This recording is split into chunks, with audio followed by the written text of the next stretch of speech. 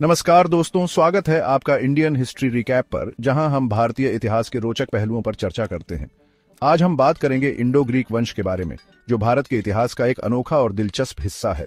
चेदी वंश के पतन के बाद भारत में कई छोटे छोटे राज्य उभरे। उसी दौरान पश्चिमोत्तर भारत में विदेशी आक्रमणकारियों का प्रभाव बढ़ने लगा।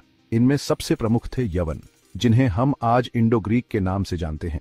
यह वंश दूसरी शताब्दी ईसा पूर्व में तब उभरा जब सिकंदर महान के अभियानों के बाद उनकी सेनाओं और गवर्नरों ने भारतीय उपमहाद्वीप के कुछ हिस्सों पर अधिकार कर लिया। बाद में डेमेट्रियस नाम के एक शासक ने उत्तर पश्चिम भारत में इंडो ग्रीक साम्राज्य की स्थापना की। उनका साम्राज्य आधुनिक पाकिस्तान, अफगानिस्तान और उत्तर पश्चिम भारत तक फैला हुआ था। इंडो ग्रीक शासक केवल युद्ध कौशल के लिए ही नहीं, बल्कि अपनी संस्कृति और प्रशासनिक नीतियों के लिए भी प्रसिद्ध थे। इन राजाओं में से एक था मिनेंडर प्रथम, जिसे भारतीय साहित्य में मिलिंद के नाम से जाना जाता है। उनका उल्लेख बौद्ध ग्रंथ मिलिंद पन्हा में मिलता है, जो कि नागसेन के साथ उनकी संवाद का वर्णन करता है।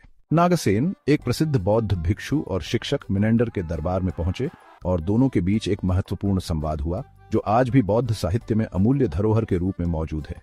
मिलिंद पन्हा, जिसका शाब्दिक अर्थ है मिलिंद का प्रश्न, में मिनेंडर और नागसेन के बीच की बहसों और सवाल जवाब का विस्तार से वर्णन किया गया है। इस संवाद में मिनेंडर ने बौद्ध धर्म के सिद्धांतों पर गहरे सवाल किए और नागसेन ने अत्यंत तार्किक और सरल तरीके से उन सवालों का उत्तर दिया। एक प्रसिद्ध उदाहरण में मिनेंडर ने यह सवाल किया था कि आत्मा कहाँ है। इस पर नागसेन ने उत्तर दिया कि आत्मा कोई स्थिर वस्तु नहीं है, बल्कि यह मानसिक और शारीरिक प्रक्रियाओं का एक संयोजन है।